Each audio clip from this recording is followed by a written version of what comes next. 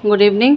आज चलो हम लोग देखते हैं दक्षिण अमेरिका या साउथ अमेरिका के कुछ नदियाँ और कुछ झीलें वगैरह, क्योंकि इसमें बहुत ही कम आपको झीलें जल संधियाँ, जैसे एशिया इतना बड़ा सा कॉन्टिनेंट या महाद्वीप है, उसमें हमें बहुत सारी चीज़ें मिली। फिर मैंने जब यूरोप देखा था तो उसमें भी बहुत सारी चीज़ें मिली।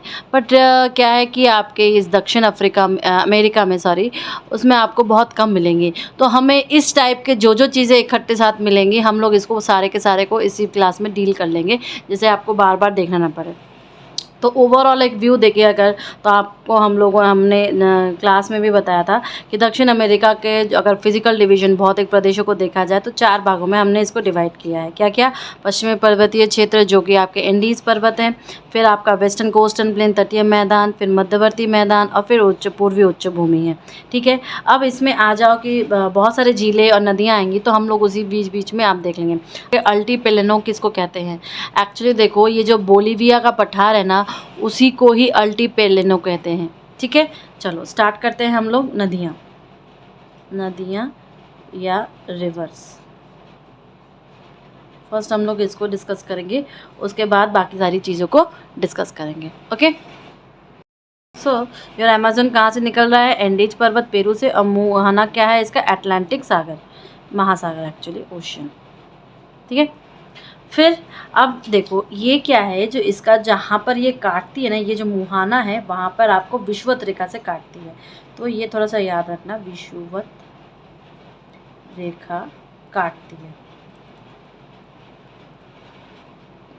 ठीक है, और ये विश्व के, जब हम लोग रिकॉर्ड्स की बात करें कि विश्व की सबसे बड़ी नदी, विश्व की फर्स्ट सबसे बड़ी नदी, सबसे बड़ी यानी कि लार्जेस्ट, ठीक है, लार्जेस्ट नदी है ये। और साथ में अगर हम लंबाई के हिसाब से देखें तो सबसे पहले नील वाली आ जाएगी, और ये क्या है, लंबाई के हिसाब से आपकी दूसरी। सो विश्व की ही सेकेंड नंबर पर लंबी यानी कि लॉन्गेस्ट। क्लियर है? लॉन्गेस्ट।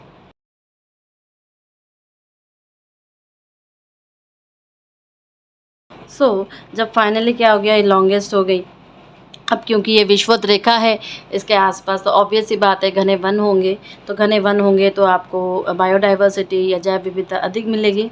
ठीक है, तो ये जो आपके जो विषुवत रेखा के, ठीक है, ये जो विषुवत रेखा है ना, इस विषुवत रेखा के जो आसपास के जो वन हैं, रेखीय वन है, या बोलो जो वन, जो फॉरेस्ट हैं, इन फॉरेस्टों को याद रखना सेल्वास कहते हैं, सेल्वास कहते हैं।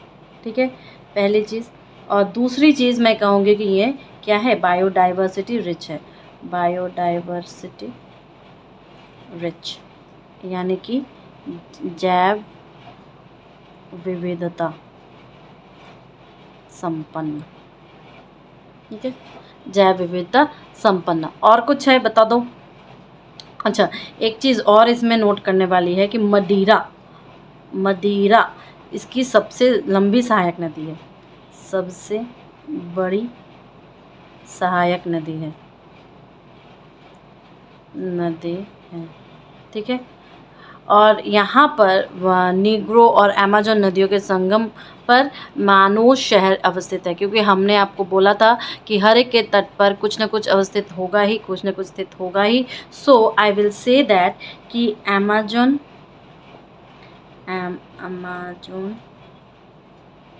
प्लस आपकी नीग्रो, ठीक है, इन दोनों नदियों के संगम पर, नदियों के संगम जहाँ पे ये दो नदियाँ मिल रही हैं, कौन सा शहर बसा है बताओ? मानोस शहर। ठीक है, और मानोस शहर ये किसके लिए फेमस है? रबर फैक्ट्री के लिए, रबर इंडस्ट्री, हाँ, रबर उद्योग के लिए। क्लियर हो गया? अमेज़न के लिए और कुछ ज़्यादा याद मत करो अमेज़न का। ठीक है, आगे बढ़ते हैं। मैगडलेना, ठीक है, मैगडलेना नदी। अब ये नदी क्या है कि एक्चुअली में एक कोलंबिया से निकलती है, यानी कि एंडीज पर्वत का कोलंबिया। ठीक है, ओके, तो ये क्या है, इसका उद्गम है। और मुहाना क्या हो जाएगा, कैरेबियन सागर। मुहाना हो जाएगा आपका कैरेबियन, कैरेबियन सा। क्लियर है। अच्छा, ये यहाँ की इम्पॉर्टेंट रिवर है, याद रखना, इम्पॉर्टेंट रिवर है यहाँ की, ठीक है। और साथ ही साथ ये एंडीज पर्वत के जो कैलारोडा एक्सीडेंटल है वो कैलारोडा ओरिएंटल है, ठीक है, कि मध्य एक भ्रंश का निर्माण करती है, रिफ्ट का निर्माण करती है। क्लियर है। ओरिएंटल एक्सीडेंटल तो आपको पता ही है, पश्चिमी और पूर्वी को बोलते हैं, ठीक है। तो इसी तरह आप बोलना कि इसका दूसरा एक पॉइंट मैं आपको बताऊंगी। सेकंड पॉइंट अगर मैं बताऊं कि जो एंडीज पर्वत है, एंडीज पर्वत है, ठीक है, केप कार्डिलेरा, कार्डिलेरा ऑक्सीडेंटल, डेंटल व कार्डिलेरा, कार्डिलेरा ओरिएंटल, ओरिएंटल, ठीक है, ऑक्सीडेंटल और ओरिएंटल के मध्य क्या तैयार करती है, मध्य भ्रंश घाटी बनाती है, भ्रंश बनाती है, ठीक है, भ्रंश से होकर गुजरती है, ठीक है। इन दोनों के बीच में एक भ्रंश है और उस भ्रंश से होकर गुजरती है, बनाती है, मतलब कि व्हाट आई वांट टू से कि जो रिफ्ट है उस रिफ्ट के बीच में से ये जाती है। ओके, ऑक्सीडेंटल और ओरिएंटल, ठीक है। अब यहाँ इसके जो मुहाना है, इस नदी के मुहाने पर आपको बहुत ज़्यादा मिनरल ऑयल्स का भंडार है, विशालतम भंडार है। तो आप लिख देना कि मुहाने पर, इसके मुहाने पर आपको खनिज तेल के भंडार, खनिज तेल के भंडार मिलेंगे, ठीक है। क्लियर हो गया। अब तीसरे नंबर पर आ जाओ। तीसरे नंबर की नदी कौन सी है आपकी, Sao Francisco, Sao Francisco. Clear है, साओ फ्रांसिस्को नदी। अब इस साओ फ्रांसिस्को का क्या है, उद्गम ब्राज़ीलियन उच्च भूमि, उद्गम सॉरी ब्राज़ीलियन उच्च भूमि, ब्राज़ीलियन हाईलैंड्स, ठीक है, ब्राज़ीलियन हाईलैंड्स इसका क्या है, उद्गम है। मुहाना क्या होगा इसका, मुहाना हो जाएगा अटलांटिक सागर, अटलांटिक ओशियन, ठीक है। और ये ब्राज़ील की इम्पॉर्टेंट मूव है, ब्राज़ील की इम्पॉर्टेंट रिवर। बस इतना ही है, कुछ एक्स्ट्रा होगा तो हम लोग देख लेंगे। थर्ड नंबर पर आपका आ जाएगा ओरिनोको नदी, सॉरी फोर्थ नंबर पर आएगा ये ओरिनोको, ओरिनोको, ओरिनोको रिवर, ठीक है। ओरिनोको रिवर आपका जो है ये भी आपका एंडीज पर्वत से ही निकलता है, एंडीज पर्वत। क्लियर, एंडीज पर्वत से निकलेगा उद्गम सॉरी। और आपका जो मुहाना होगा, मुहाना जो होगा वो आपका सेम अटलांटिक महासागर, ठीक है, अटलांटिक महासागर।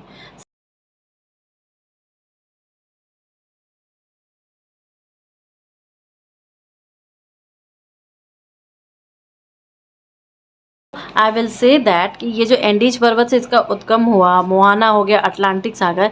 लेकिन इम्पॉर्टेंट बात ये है कि ये जो है कोलंबिया और वेनेजुएला की सबसे इम्पॉर्टेंट नदी है। जैसे कि आपका साओ फ्रांसिस्को नदी थी वो ब्राज़ील की इम्पॉर्टेंट नदी थी, लेकिन ये वाली जो ओरिनोको नदी है ये आपकी किसकी इम्पॉर्टेंट नदी है, कोलंबिया फर्स्ट लेते हैं, और वेनेजुएला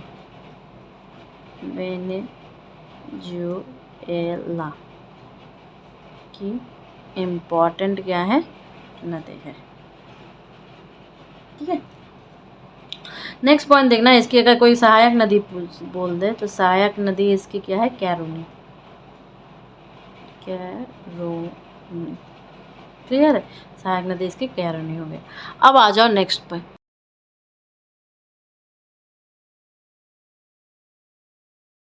नेक्स्ट सबसे आपकी एक नदी है काफ़ी इम्पोर्टेंट है, वो है पराना।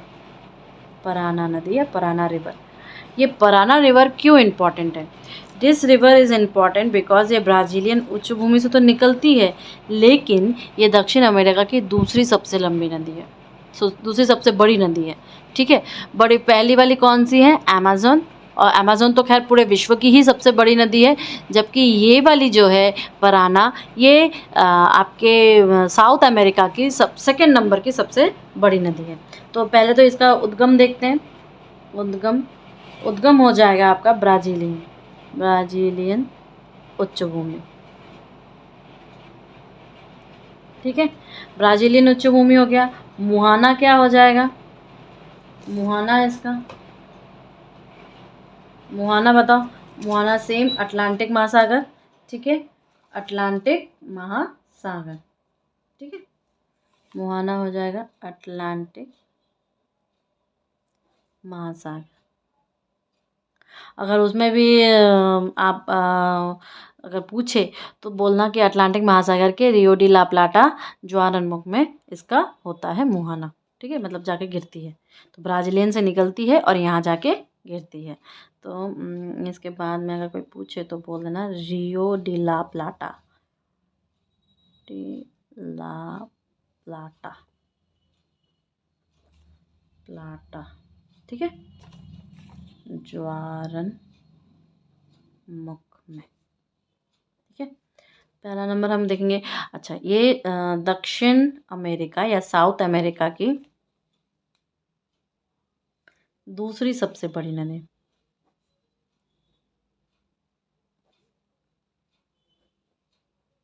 क्लियर है? अच्छा, अब यहाँ पे शहर कौन सा है? तो बोलना कि अर्जेंटीना का रोजरियो जो शहर है वो इसी के किनारे पर स्थित है। तो तट या किनारे लिख दो, किनारे पर। कहाँ का? अर्जेंटीना का। अर्जेंटीना का कौन सा शहर? रोजारियो, रोजारियो शहर, शहर स्थित है या बसा है, जो भी लिखना। क्लियर है? अच्छा, अब देखो ये जो पराना नदी है, ब्राज़ील और पराग्वे की संयुक्त परियोजना हेतु इथियोपी बांध का काम चल रहा है, निर्मित किया गया है। ठीक है, अच्छा, अब जो ब्राज़ील इतोपी जो नाम है एक्चुअली वो ब्राज़ील के वजह से ही वहाँ पे पड़ा है, और ये विश्व के सबसे बड़े बांधों में से एक है। ठीक है, कौन सा बाँध का नाम एक्चुअली इम्पोर्टेंट है यहाँ पे, मेनली मेरे को बाँध का नाम ही बताना है, जो कि जिसका नाम है इतेपू। इतेपू। ठीक है, बाँध कहाँ पर है? देखो, मैंने जब कॉन्गो बताया था तो कॉन्गो वाले पे भी मैंने एक बांध बताया था। ठीक है, क्योंकि कॉन्गो पर जल विद्युत निर्माण करने की विश्व में सबसे ज़्यादा क्षमता है। ठीक है, सबसे ज़्यादा क्षमता है। तो पराना नदी, ठीक है, पराना नदी पर ब्राज़ील, ब्राज़ील और पराग्वे, ठीक है, कि मिक्स्ड प्रोजेक्ट पर, प्रोजेक्ट या परियोजना के तहत कौन सी? इतेपू बांध या इतेपू डैम, ठीक है, निर्मित है। क्लियर? मैंने इसको थोड़ा सा अंडरलाइन कर दिया है। तो ये क्या है? विश्व के बड़े बांधों में से एक, विश्व के बड़े बांधों, बड़े डैम्स में से एक। क्लियर है? ओके। और इसकी सहायक नदी अगर कोई बोले तो सहायक नदी, तो सहायक नदी में पराग्वे हो जाएगा। क्लियर है? आगे बढ़े, चलो आगे देखो। हम लोग पराग्वे जब नदी पढ़ रहे हैं तो पराग्वे के लिए ही अगर थोड़ा सा मैं बोल दूँ तो क्या हो जाएगा? पराग्वे नदी, देखो हमेशा याद करो ना तो एक सीरीज़ में याद करो। ठीक है, उड़ उड़ के याद मत करो, कि एक नदी यहाँ पर है, एक नदी यहाँ पर है, एक नदी यहाँ पर है, एक नदी यहाँ पर, ऐसे मत याद करो। जब आप करोगे ना तो एक सीरीज़ में याद करो। इससे क्या होता है कि आपको चीज़ें बैठ जाती हैं। और मैं okay, I will try my best to record कैसे मैप हम लोग कल ड्रॉ करेंगे। ठीक है, चलो। पराग्वे नदी, पराग्वे नदी अब क्या है, ये ब्राज़ील, ये तो हमको पता ही है। तो कहाँ कहाँ से होकर गुजरेगी? कंट्रीज़ कौन कौन से हो जाएंगे? ब्राज़ील, पराग्वे और अर्जेंटीना। क्लियर है? ये 3 हो गए। और तट पर कौन सा देश है? पराग्वे देश की राजधानी अंशुशियन स्थित है। ठीक है, तो तट पर कौन सी है? पराग्वे देश की राजधानी, राजधानी कैपिटल कौन सी है? अंशुशियन। ठीक है, बसा है। Is this clear? क्लियर है ना? चलो आगे देखते हैं। कुछ नहीं, बस बहुत कम है, चिंता ही मत करो। इतने दिनों से जो हम लोग इतना ढेर सारा पढ़ रहे थे ना, ये तो एकदम से चुटकियों में है। इसीलिए देखो, स्पीड भी देखना। ठीक है, कोलोराडो। आई होप कि स्पीड की वजह से राइटिंग थोड़ी ख़राब बन रही है, बट हम लोग तो याद कर रहे हैं। हमें कौन सा लिखना है इसको देख देख के। ओके, तो आप लोग भी, मैं आपको भी यही कहूँगी कि आप लिखना मत, इसको सिर्फ सुनना, तब जाके पता चलेगा कि कितना याद है कितना ही नहीं है। ठीक है, तो कोलोराडो नदी क्या है? उद्गम आपका एंडीज पर्वत हो गया। मुहाना, मुहाना देखो इसका है तो ये अटलांटिक सागर, लेकिन कहीं कहीं बुक पे अगर क्वेश्चन आ गया आपका तो बोल देना कि ये एक खाड़ी में जाके गिरती है। उस खाड़ी का नाम है बाहिया ब्लांका। क्या है? तो अगर मैं इसको बोलूँ, मुहाना कहाँ जाके गिरेगी, धुम, अपना पानी कहाँ निपटाएगी, तो बोलना बाहिया ब्लांका की खाड़ी। एक्चुअली ये खड़ी है कहाँ पर? अटलांटिक महासागर।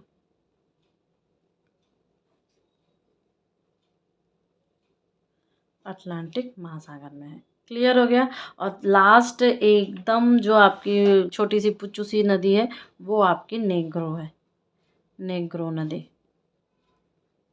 ठीक है, अब नेग्रो नदी का ये याद रखो कि उद्गम जो है एंडीज पर्वत हो गया। मैक्सिमम सब एंडीज से ही निकल रहे हैं। उद्गम आपका एंडीज पर्वत हो गया। क्लियर है?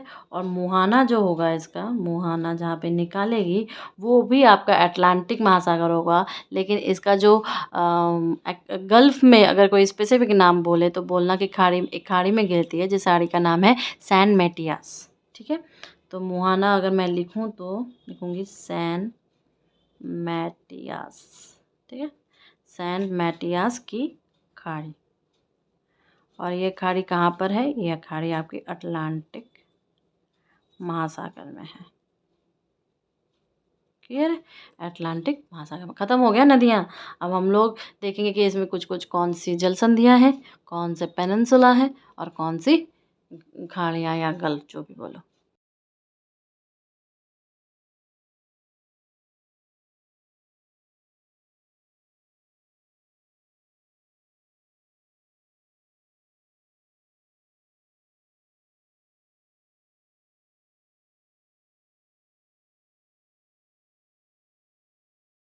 जब नदियाँ देखे हैं तो हम लोग पहले खाड़ियाँ देखेंगे।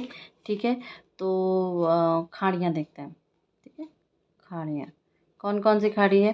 सबसे पहले नंबर पर हम देखेंगे सेंट जॉर्ज की खाड़ी। सेंट जॉर्ज की खाड़ी। सारे पानी से रिलेटेड जितना जितना होगा मैं कोशिश करूँगी कि सारा फिनिश कर दूँ।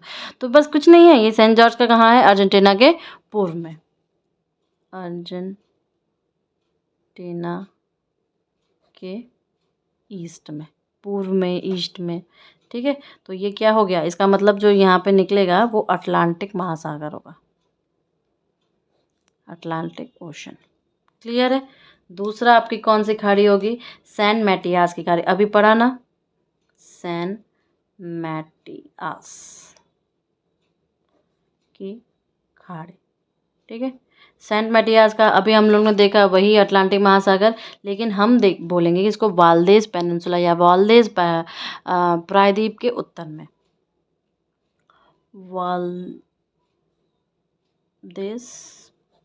प्रायद्वीप या वाल्देस पेनिनसुला के नॉर्थ में या उत्तर में तो सेम हो जाएगा अटलांटिक महासागर। क्लियर है? अटलांटिक महासागर। तीसरे नंबर पर हम आएंगे गुआक्विल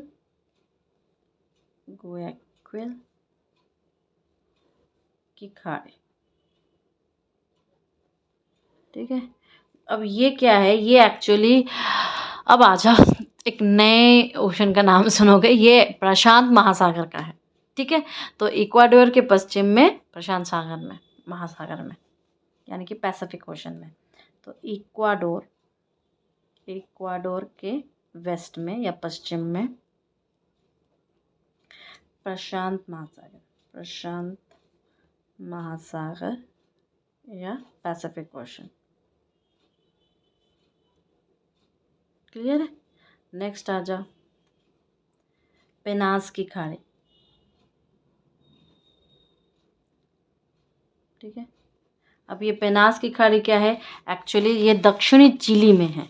ठीक है, और सेम आपका वही प्रशांत महासागर। ठीक है, तो हम क्या लिखेंगे, दक्षिणी चिली या साउथ चिली और सेम पैसिफिक ओशन। क्लियर है? इतना क्लियर है ना? किसी को दिक्कत तो नहीं है? अब आ जाओ यहाँ के कुछ झीलों के बारे में, यानी कि लेक्स। ठीक है, सबसे पहली झील हम क्या देखेंगे, टीटीकाका। टीटीकाका झील या टीटीकाका लेक। तो टीटीकाका क्या है भाई, ये आपका पेरू और बोलीविया का है। ठीक है, पेरू और बोलीविया। क्लियर? नाम याद रहेगा। पहले तो मैं लिखूं बोलीविया व पेरू के मिडिल में या के मध्य में स्थित है। क्लियर है? और इस झील पर जो है इसकी झील इसका जो तट है, इसके झील का जो तट है उसके किसकी बोलीविया की राजधानी स्थित है लापाज। ठीक है, तो पहला पॉइंट मैं इसमें लिखूंगी आपका कि इसके तट पर आपकी एक्चुअली बोलीविया की राजधानी लापाज स्थित है। ठीक है, ओके। और ये याद रखना, विश्व की सबसे ऊंची नौगम्य झील है, विश्व की सबसे ऊंची।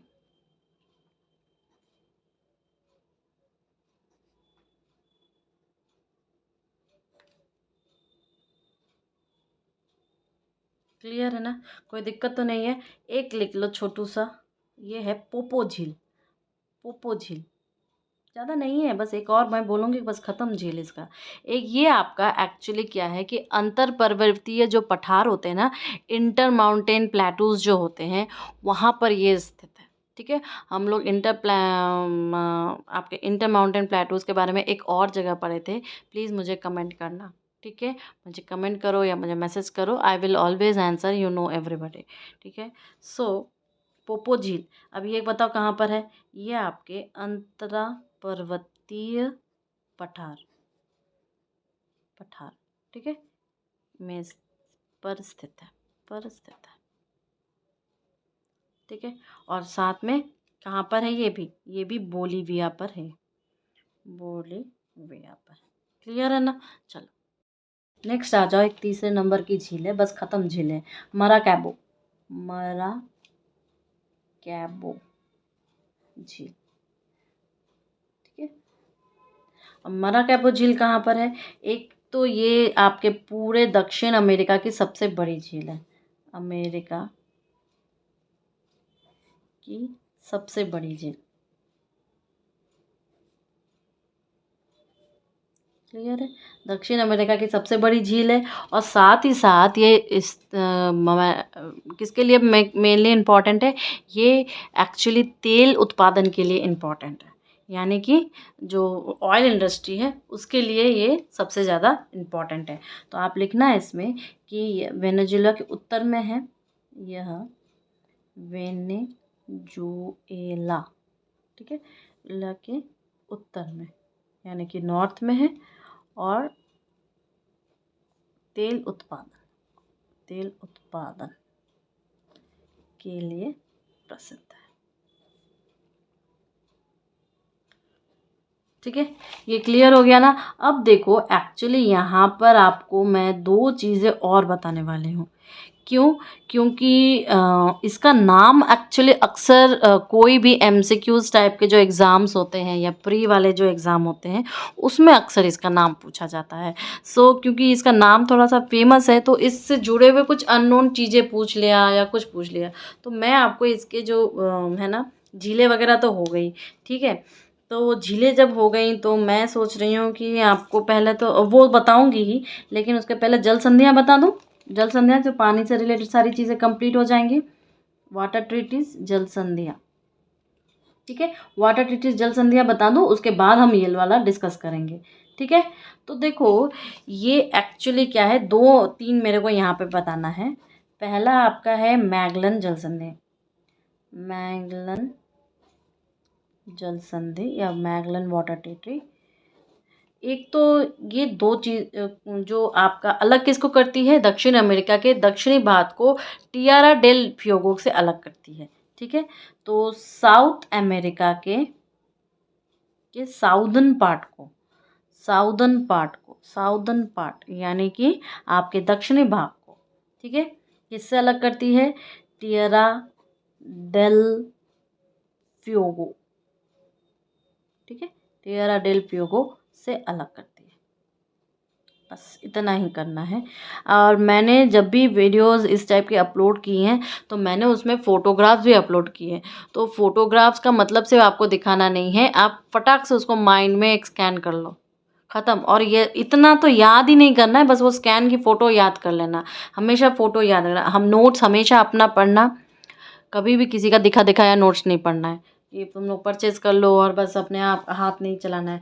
याद रखना, अगर आपको कोई भी एग्ज़ाम क्वालिफ़ाई करना है तो आपके पास खुद के बनाए हुए 3 नोट्स होने चाहिए। बोले समय नहीं है, अरे यार कैसे समय नहीं है, कौन-सा तुमको भयंकर सा एकदम वो करना पड़ता है, समय नहीं है। एक नोट जिसमें इलैबोरेट होता है उसका एक शॉर्ट फॉर्म का भी शॉर्ट फॉर्म। जब तक 3 शॉर्ट फॉर्म्स नहीं बन जाते, बिलीव मी, इसका मतलब आपको याद नहीं है, आप बस ऊपर-ऊपर से हवा फेंक रहे हो, ठीक है। चलो सेकंड वाला क्या है, सेकंड वाला ड्रेक पैसेज है, ड्रेक पैसेज, ठीक है। अब इस ड्रेक पैसेज का क्या है कि ये आपके किसको किसको अलग करती है, ये आपके दो कॉन्टिनेंट को अलग करती है। याद रखना, एक दक्षिणी अमेरिका को अंटार्कटिका से अलग करती है और साथ में ये दो को जोड़ती है, एक दक्षिणी अटलांटिक महासागर को प्रशांत महासागर से जोड़ती है। तो पहला हम लिखेंगे दो कॉन्टिनेंट को अलग करती है, यह जल संधि दक्षिणी अमेरिका को अंटार्कटिका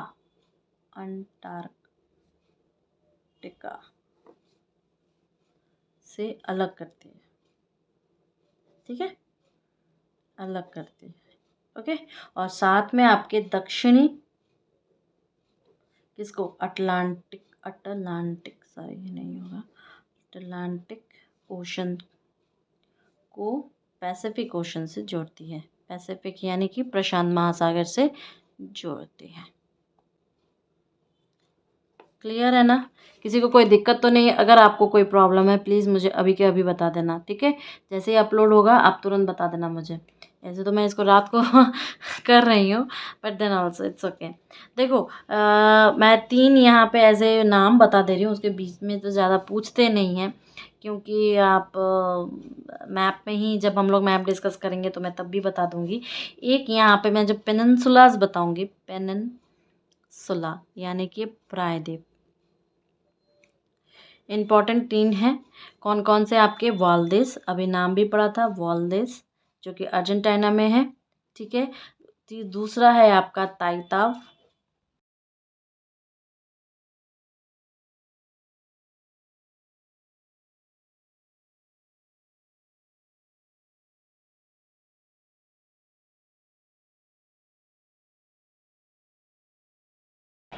देखो, यहाँ पे दो मरुस्थल है जिसका नाम भी फेमस है और साथ ही साथ उसके बारे में पूछते भी हैं।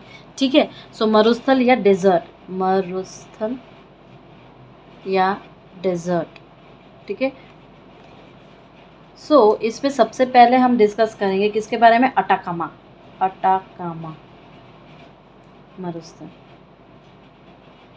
ठीक है, अटाकामा मरुस्थल। सबसे पहला पॉइंट क्या होगा, कहाँ पर ये स्थित है, तो आप बोलना नॉर्थ चिली, उत्तरी चिली प्लस दक्षिणी पेरू, दक्षिणी पेरू। ठीक है, तो यहाँ पर स्थित है। क्लियर है। साथ ही साथ ये विश्व का सबसे ड्राईएस्ट, सबसे ज़्यादा ड्राईएस्ट, सबसे शुष्कतम मरुस्थल है। ठीक है, सो सेकेंड पॉइंट हम देखेंगे कि विश्व का सबसे ड्राईएस्ट यानी कि शुष्कतम मरुस्थल है। क्लियर है। तीसरा अगर आप देखोगे तो मुझे बोलना कि इस क्षेत्र में आपको क्या क्या, किस चीज़ के लिए ये एरिया फेमस है। एक तो आप नाइट्रेट के लिए, तामा के लिए और सल्फर के लिए, तीन चीज़ों के लिए ये फेमस है। क्लियर। कौन कौन सा फेमस या प्रसिद्ध किस चीज़ के लिए है। पहली बात आपका तांबा, कॉपर, सल्फर और नाइट्रेट। ठीक है, के लिए फेमस है। चौथा आप देखना कि सबसे इसी में ही मैं लिख दूंगी कि नाइट्रेट का विश्व का सबसे बड़ा भंडार, विश्व का सबसे बड़ा भंडार यही है, यहीं पर है। क्लियर है। तो ये हो गया आपका अटाकामा। और दूसरा जो मैं नाम दूंगी वो है आपका पेटागोनिया, पेटागोनिया। ठीक है, पेटागोनिया मरुस्थल। यही दो मरुस्थल है जिसका नाम काफ़ी सुना जाता है। आप प्रीवियस ईयर के क्वेश्चन पेपर्स भी देख लेना, आपको मिल जाएगा। ठीक है, so in that what I will write, पहला तो मैं ये लिखूँगी कि ये वृष्टि छाया क्षेत्र में है। ठीक है, रेन शैडो रीजन में है। रेन शैडो रीजन क्या होता है, जब हम लोग, मैंने आपको बहुत बार बताया है, इवन मैंने जब आपके हिमालय वाले सेशंस दे रहे थे तब भी मैंने डिस्कस किया था। तो ये लिखेंगे कि यह एंडीज पर्वत के वृष्टि छाया क्षेत्र, वृष्टि छाया क्षेत्र में शीतोष्ण मरुस्थल है। ठीक है, यानी कि रेन शैडो रीजन। ठीक है, रेन शैडो रीजन। और दूसरा पॉइंट हम क्या लिखेंगे कि ये यहाँ पर एक्चुअली मेनली पॉइंट क्या है कि यहाँ पे पशुपालन हेतु फेवरेबल कंडीशंस होती हैं। पशुपालन हेतु फेवरेबल कंडीशंस या परिस्थितियाँ, अनुकूल परिस्थितियाँ। ठीक है, क्लियर हो गया। तो ये हमारे दो मरुस्थल थे। और अगर हम लोग उच्च भूमि की बात करें तो तीन उच्च भूमि हमें मिलेंगी, और हम लोगों ने अभी डिस्कस भी किया था। एक तो बोलिविया उच्च भूमि, ब्राज़ीलियन उच्च भूमि और गुआना उच्च भूमि। लिख दूँ क्या, चलो बता ही देते हैं आपको। ठीक है,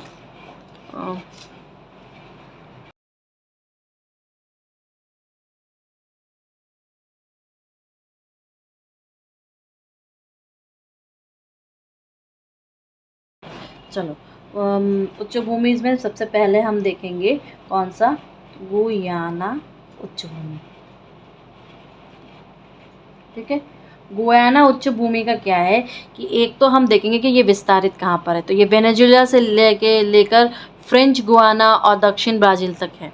तो व्हाट आई विल से कि कहाँ तक इसका विस्तार है या कहाँ तक इसका एक्सटेंशन है, विस्तार हम देखेंगे कि वेनेजुएला, ठीक है, वेनेजुएला से लेकर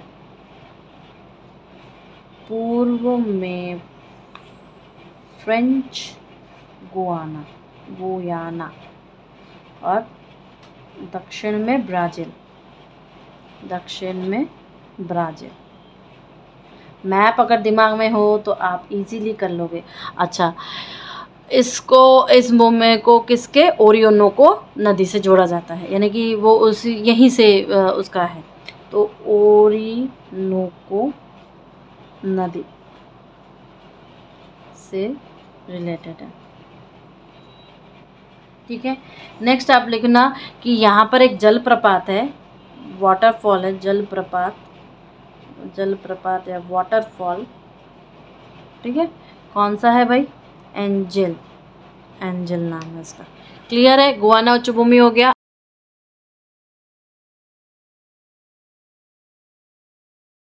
दूसरा आपका है ब्राज़ीलियन उच्च भूमि, ठीक है। ब्राज़ीलियन उच्च भूमि में क्या क्या आएगा? एक तो सबसे ज़्यादा ये प्रसिद्ध किसके लिए है? लौह के भंडार के लिए। और आप यहाँ पे सबसे बड़ा जो लौह का केंद्र है वो कौन सा है? इताबरा, ठीक है, ये हम लोग ऑलरेडी देख चुके थे। और कृषि के लिए कौन सी चीज़ की जाती है यहाँ पर? Coffee. So it is very interesting. एक तो हम लिखेंगे लौहयस्क का केंद्र फेमस है इसके लिए, ठीक है। और इसका केंद्र जहाँ पर निकलता है उसका नाम क्या है? इताबरा।